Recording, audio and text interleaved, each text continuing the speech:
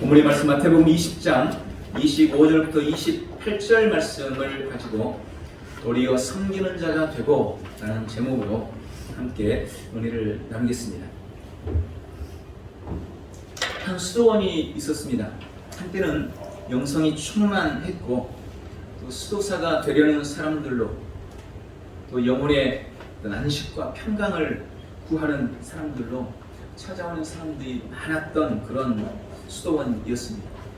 그런데 언제부턴가 찾아오는 사람들도 거의 없고 분위기도 스산하고 어두운 곳으로 변하고 말았습니다. 어느 날 이 수도원에 수도원장의 옛 스승이 찾아왔습니다. 수도원장은 영성이 뛰어난 옛 스승에게 자신의 고충을 털어놨습니다. 스승은 아무 말도 하지 않고 며칠 동안 조용히 기도와 묵상과 명상을 하다가 떠났습니다. 그리고 며칠 후에 수도원장 앞으로 편지 한 통이 도착했습니다. 스승의 편지였습니다. 그 내용을 보고 수도원장은 깜짝 놀랐습니다. 내용이 이렇습니다. 여보게, 나는 자네의 수도원에서 놀라운 경험을 했다네. 바로 그 수도원에서 변장하고 오신 예수님을 직접 만나 뵈었네. 평범한 사람으로 변장하고 계신 주님은 나에게 비밀을 지키라고 명하십니다. 그래서 변장하신 그분이 누구라고 밝힐 수는 없지만 그러나 그분이 바로 자네 수도원에 계시다는 사실만은 꼭 말해야 할 것 같아서 이렇게 알려주는 것일세. 수도원장은 큰 충격을 받았습니다. 그리고 수도사들과 일하는 정원사, 주방 일꾼들과 사무원 등 수도원에 있는 사람들 하나하나를 떠올려 보았지만 도무지 그분이 누군지를 알 수가 없었습니다. 수도원장은 이 사실을 자기만 알고 있어서는 안 되겠다 생각을 하고 수도원에 있는 모든 사람들에게 스승의 편지를 공개했습니다. 물론 그 수도원에 있는 모든 사람들도 그 편지를 보고 충격을 받습니다. 그리고 바로 그날부터 수도원의 분위기는 놀랍게 달라졌습니다. 모든 사람들이 다른 사람을 위해 희생하고 섬기는 일에 주저하지 않았습니다. 부정적인 분위기와 갈등은 온데간데 없이 사라졌습니다. 1년이 못 돼서 수도원에는 수도사가 되려는 사랑과 평화, 거룩을 사모하는 사람들로 다시 가득하게 되었다는 이야기입니다. 데니와 리사 벨레스가 쓴 기적을 나누는 교회라는 책에 이런 부분이 있습니다. 유명한 성경 교사이며 주석가인 윌리엄 바클레이는 섬김에 대한 의미 있는 이야기를 했다. 세상은 사람을 평가할 때 그가 얼마나 많은 사람을 지배하고 있느냐로 기준 삼는다. 또는 지적인 수준과 학문적인 탁월함, 임원을 맡고 있는 모임이 몇 개인지를 따지기도 한다. 또 많은 이들은 은행의 잔고와 자산과 물질적 소유가 어느 정도인지에 따라 그 사람의 위대함을 가늠한다. 그러나 예수님이 내리는 평가는 그런 것들과 전혀 상관이 없다. 주님의 평가는 오직 한 가지, 그가 얼마나 많은 사람을 섬기고 있는가이다. 섬김에 인간의 위대함이 있다. 정말 예수님을 닮고 싶다면 누군가를 섬기려는 마음으로 자신을 내어주는 것, 그 이상의 방법이 없다. 주님을 믿고 의미 있는 방식으로 그분을 따르는 길에는 언제나 치러야 할 대가가 따르는데 그것이 바로 섬김이다. 우리는 주님의 참다운 종이 되기 위해 섬김을 위해 씨름해야 한다. 우리는 오늘 본문 마태복음 20장 25절부터 28절 말씀을 읽었습니다. 오늘 이 말씀을 통해 주님이 우리에게 하시고자 하시는 말씀은 뭘까요? 주님은 오늘 본문을 통해 섬기는 자가 되라고 명령하고 계십니다. 섬기는 자가 되라. 오늘 읽은 본문 앞부분인 20장 20절부터의 말씀에 보면 본문의 말씀의 배경이 되는 사건이 기록되고 있습니다. 어느 날 예수님의 제자 중 야고보와 요한이 형제인데 이들의 어머니가 예수님을 뵙습니다. 그리고 자신의 두 아들들 야고보와 요한을 주님 나라의 좌편과 우편에 앉게 해달라고 청원을 합니다. 그런데 이 사실을 다른 제자들이 알게 됐습니다. 그리고 그들 사이에 다툼이 일어나게 됩니다. 이 모습을 보고 예수님께서 제자들에게 말씀하십니다. 세상 사람들은 서로 높은 자리를 차지하려고 애를 쓰지만 너희는 그래서는 안 된다. 크고자 하면 섬기는 자가 되어야 하고 높아지기를 원한다면 낮아져서 종이 되어야 한다라고 말씀합니다. 그리고 예수님 자신조차도 이 땅에 섬김을 받기 위해서 온 것이 아니고 도리어 섬기기 위해서 왔다고 말씀하십니다. 너희도 나를 따르기 때문에 내가 섬김을 위해서 온 것처럼 너희는 이 땅에서 섬기는 자가 되라 라고 말씀하십니다. 오늘 이 시대에 지금 우리에게도 주님은 동일한 말씀을 하십니다. 우리에게도 너희는 섬기는 자가 되라고 말씀하십니다. 섬김이라는 게 뭘까요? 성경의 섬김은 단순한 어떤 봉사만을 의미하지 않습니다. 성경의 섬김은 예수님을 믿는 자로서 해야 할 책임과 모든 의무를 다 포함하고 있습니다. 성경에 이 섬긴다는 말은 히브리어로도 헬라어로도 기록되어 있는데 히브리어로는 아바드라는 말입니다. 이 말은 일한다, 수고한다, 그리고 특별히 예배한다라는 의미를 가지고 있습니다. 헬라어로 섬긴다라는 의미는 디아코노스입니다. 근데 이것은 남에게 봉사한다, 서비스한다 또는 사명을 수행한다라는 의미로 쓰이고 있습니다. 성경에는 섬김과 관련해서 우리가 마땅히 섬겨야 할 대상에 대해서도 분명하게 말씀하고 계십니다. 출애굽기 12장 31절에는 우리의 섬김의 대상이 여호와 하나님이라고 밝히고 있고 요한복음 12장 26절에는 섬김의 대상이 예수 그리스도라고 하십니다. 빌립보서 2장 30절에는 사도나 영적인 지도자가 섬김의 대상이라고 말씀하고 있고 고린도후서 9장 1절에는 공동체 안에서 한 지체된 다른 성도를 섬기라고 말씀합니다. 또 마가복음 9장 35절에도 뭇 사람을 섬기라고 말씀합니다. 그 외에도 부모님을 섬겨야 되고 선생된 자를 섬겨야 되고 나에게 가르침을 주는 자를 섬겨야 되고 온 땅을 섬겨야 된다고 말씀하고 계십니다. 저는 이 섬김의 의미와 섬김의 대상을 보면서 몇 가지로 정리를 해봤습니다. 그 첫 번째는 하나님 아버지와 예수님을 섬기는 자가 되어야 한다는 것입니다. 여러분, 우리 섬김의 대상은 하나님이십니다. 그리고 예수 그리스도이십니다. 우리는 오직 예수님만 섬기는 자가 되어야 합니다. 그럼 우리는 주님을 어떻게 섬길 수 있습니까? 우리는 예수 그리스도를 우리 마음속에 믿고 마음에 영접함으로, 내 삶에 영접함으로, 그리고 그분을 경외함으로 주님을 섬길 수 있습니다. 또한 교회 공동체의 공예배를 통해서 우리는 주님을 찬양하고 경배하고 또한 기도를 통한 교제와 사귐을 통해서 주님을 섬길 수 있습니다. 또 우리가 주 앞에 올려드리는 헌신과 헌물을 통해 주님을 사랑함으로 우리는 주님을 섬길 수 있습니다. 또 우리의 온 삶을 거룩한 산 제사로 주 앞에 드림으로 우리는 주님을 섬길 수 있습니다. 우리의 가정, 우리의 직장, 우리의 사회 생활 속에서, 우리의 학교에서, 우리의 모든 삶의 자리에서 내 삶 자체가 주 앞에 제물이 되는 삶, 그리고 내 삶 자체가 주님께 예배가 되는 그런 삶을 통해서 우리는 주님을 섬길 수가 있는 것입니다. 그런 은혜가 있기를 주님의 이름으로 축원합니다. 또한 두 번째로 주님의 몸된 교회를 섬기는 자가 되어야 합니다. 머리 대신 예수 그리스도의 몸된 교회 공동체가 우리의 섬김의 대상이 되는 것입니다. 우리는 교회 공예배를 돕고 교회의 필요를 살피고 각양 봉사를 통해서 반주나 또 교회 청소나 성가대나 교사나 그 외에 각가지 달란트와 또 주신 사명을 따라 그 모든 일들로 교회를 섬길 수가 있는 것입니다. 주의 교회를 섬기는 것, 그것이 성도의 본분이라고 말씀합니다. 세 번째는 우리는 교우와 성도를 섬기는 자가 되어야 합니다. 함께 부름받아 지체된 교우와 성도가 우리의 섬김의 대상인 것을 믿으시기 바랍니다. 우리는 머리 대신 예수님의 한 지체된 성도를 돌아보아야 합니다. 그리고 그 성도와 함께 기쁨과 슬픔을 나누고 같이 울고 웃으며 필요할 때 찾아봐주고 신방하고 중보하고 함께 교제하면서 그렇게 깊이 사랑함으로 지체된 성도를 섬길 수 있습니다.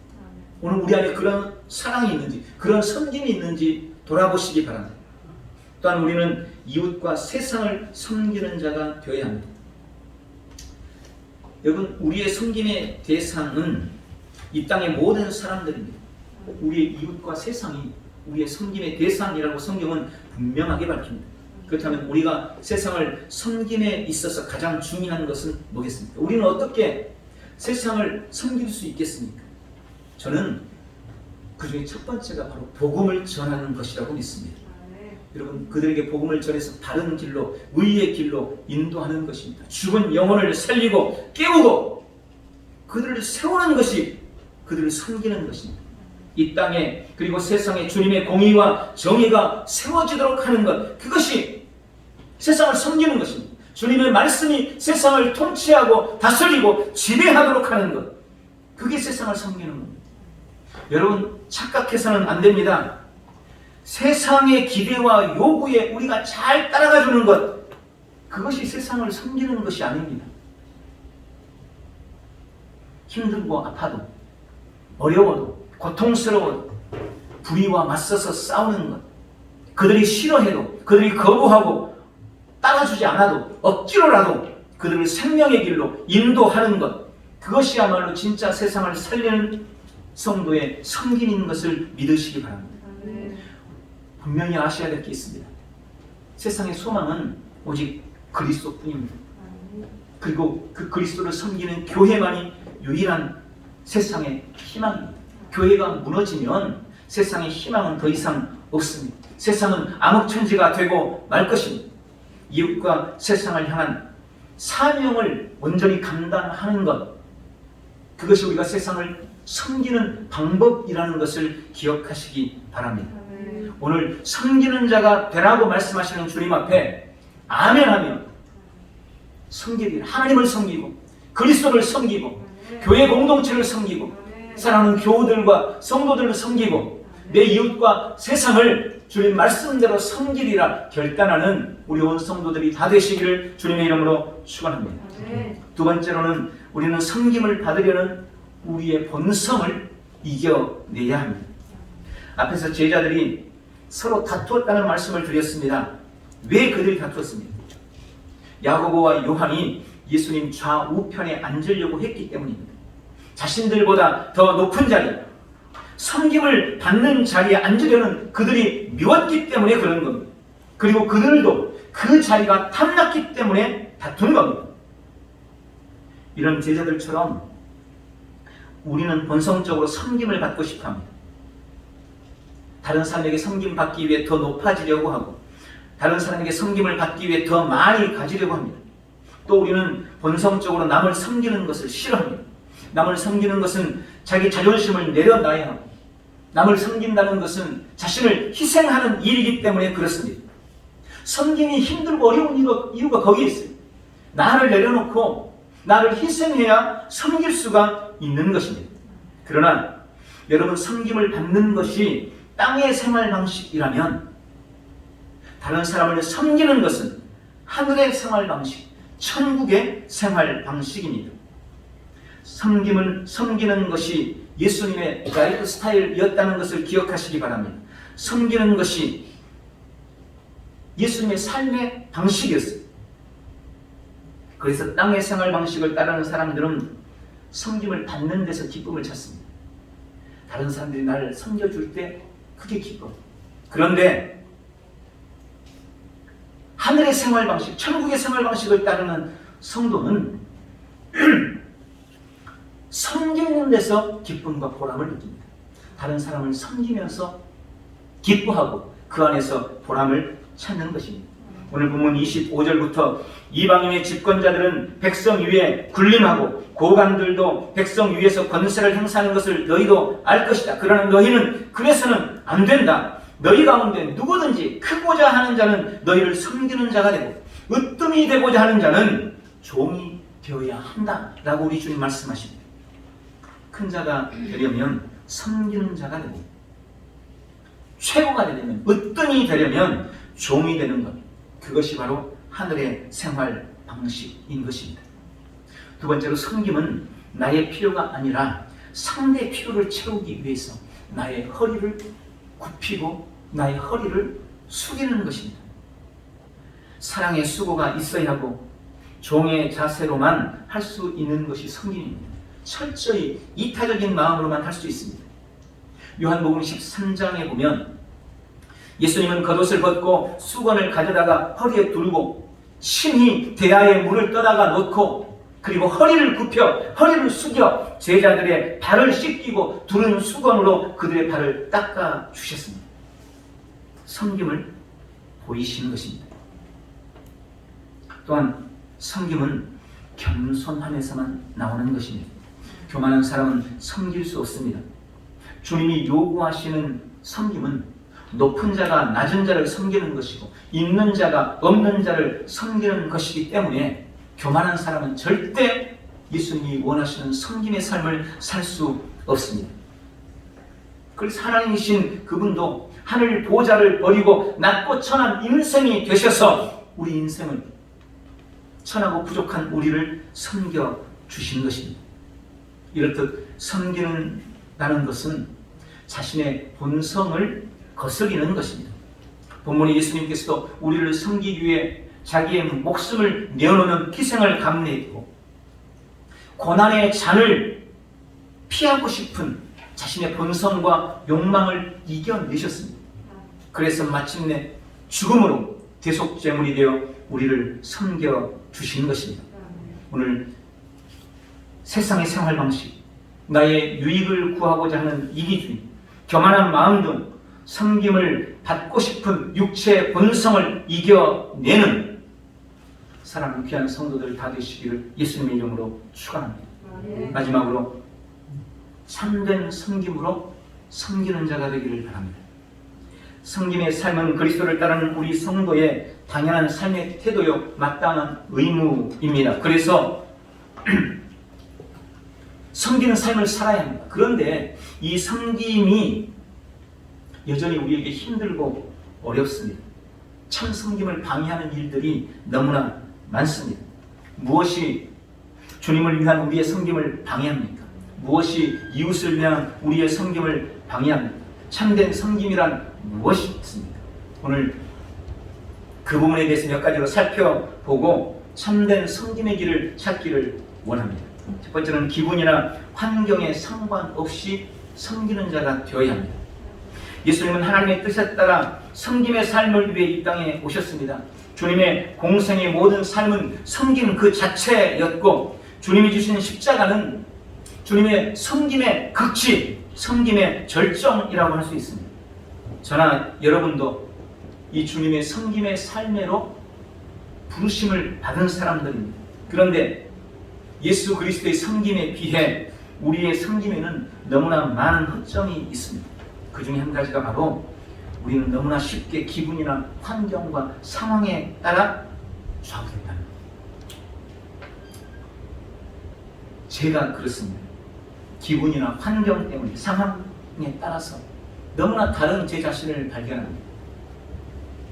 어떨 때는 기쁨으로 주의 사역을 위해 정말 기쁨과 즐거움으로 감격 속에서 그 일을 감당하지만 어느 한순간 한없이 의기소침해지고 나약해지고 게을러지고 하기 싫은 내 자신을 발견합니다. 그게 나예요. 여러분은 어떻습니까? 여러분은 항상 기쁨으로 잘 섬기십니까? 그렇게 한번 생각해요. 만약 주님이 나처럼 우리처럼 기분 따라 환경 따라 섬기시는 분이셨다면 어땠을까요? 여러분 그건 상상할 수 없는 일입니다. 주님의 헌신과 섬김은 구약시대 때부터 예언해 오신 약속에 대한 응답이셨습니다. 주님은 기쁠 때도 슬플 때도 힘들고 아프고 눈물이 나도 세상을 향한 그 크신 사랑을 사람들이 몰라주고 그토록 아끼고 사랑했던 제자들이 자신을 배신하고 떠나도 주님은 변함없이 하나님이 요구하신 세상을 향한 섬김의 사명, 하나님의 뜻을 준행해 나가셨다는 것을 우리는 성경을 통해서 발견합니다. 그분은 변함없이 인생을 섬겨주셨습니다. 여러분 우리의 섬김 또한 마찬가지여야 합니다.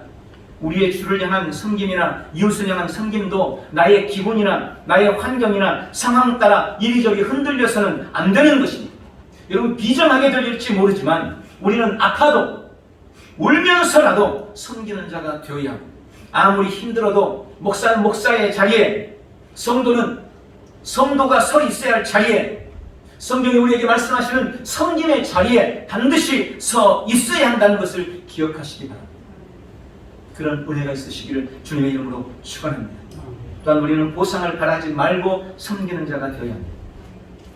주님은 우리 헌신과 수고에 보상하시고 상 주시는 분이십니다. 그러나 그럼에도 우리의 섬김이 보상을 바라게 되면 그것은 참된 섬김, 바른 섬김이라고 할 수가 없습니다. 만약 내가 보상을 바라고 섬기게 된다면 그것은 거래가 되고 마는 것입니다.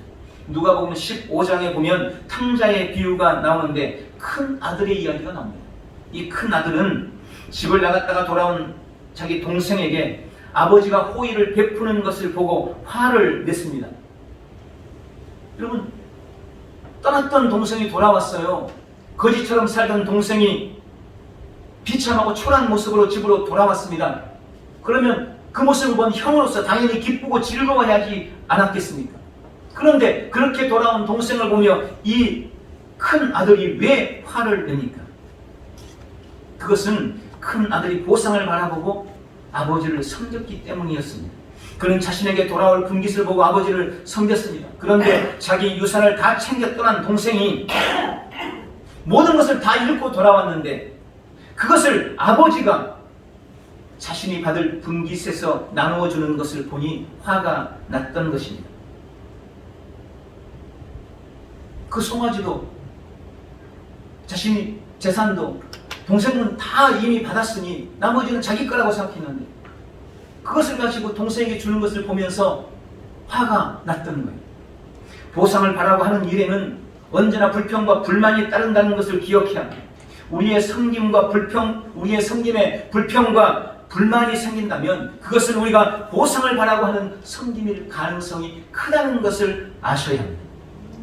목사님이 알아봐 주기를 바라고 성도가 알아봐 주기를 바라는 마음, 무엇보다 하나님이 우리에게 상 주시기를 바라는 마음, 그런 마음이 있기 때문에 우리가 쉽게 불평하고 불만을 갖게 되는 것입니다. 순수한 마음으로 섬기시기 바랍니다. 그것이 진정한 섬김의 태도인 것을 믿으시기 바랍니다. 요한계시록 4장 10절에 보면 하나님 앞에 선 24장로가 자기들이 쓴 면류관을 벗어서 하나님 보좌 앞에 드리면서 찬양하는 장면이 기록되어 있습니다. 여러분, 그들이 썼던 면류관은 이 땅에서 충성하고 헌신했던, 그들이 섬겼던 하나님께서 주신 상급으로 받은 면류관이었습니다. 그런데 그 상급의 면류관을 그들이 다시 주님의 보좌 앞에 내려놓습니다. 그것은 곧 우리는 마땅히 해야 할 일을 했을 뿐이라는 그들의 신앙 고백이었던 겁니다. 그들은 보상을 바라지 않는 진정한 섬김으로 섬겼다는 것을 보여주는 장면입니다.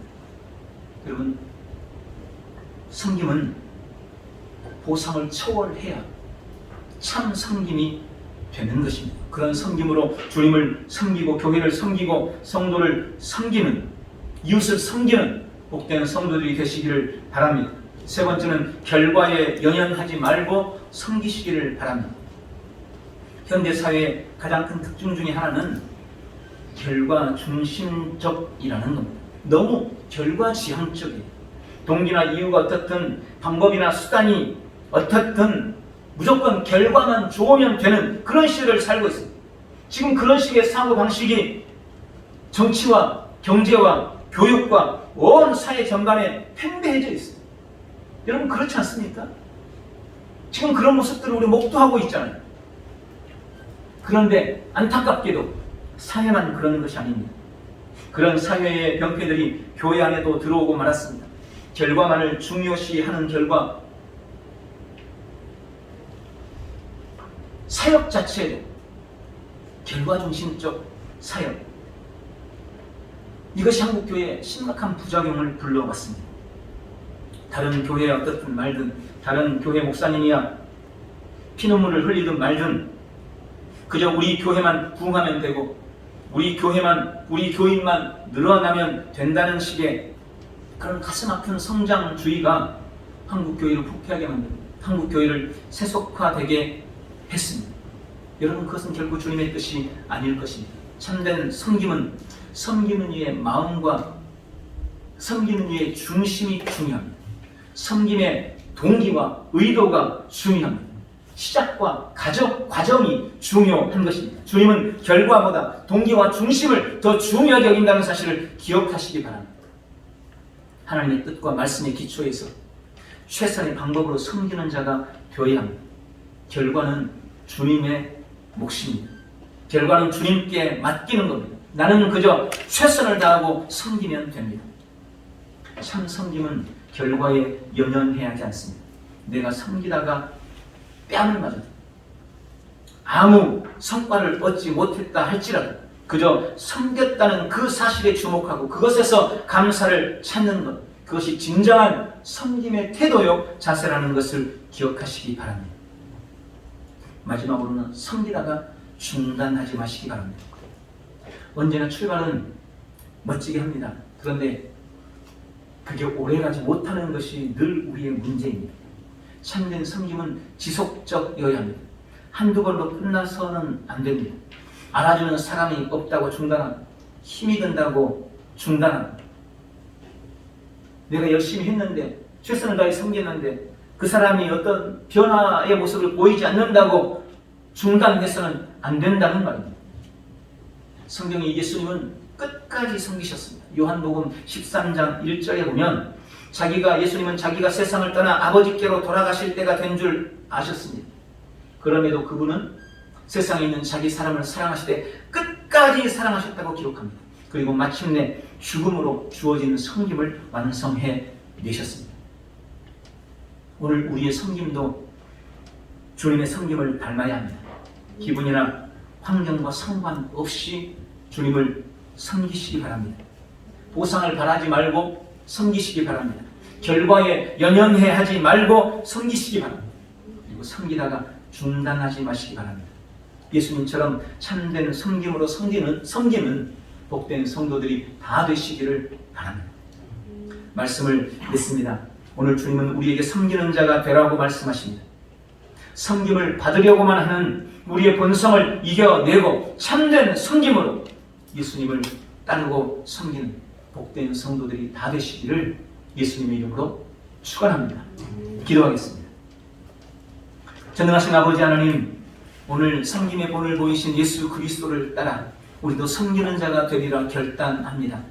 그것이 하늘 백성으로서 예수님을 믿는 우리로서 이 땅에서 살아가야 할 생활 방식인 것을 말씀을 통하여 깨닫습니다. 섬김을 받으려는 모든 본성을 이겨내게 도와주옵시고 기꺼이 주님 앞에서 참된 섬김으로 섬기는 우리 온 성도들 다 될 수 있도록 도와주옵소서. 하나님을 섬기고 교회 공동체를 섬기고 성도와 이웃과 세상을 섬기는 우리 온 성도들 다 되게 축복하옵소서. 예수님의 이름으로 기도하옵나이다. 아멘. 우리 다 같이 일어나셔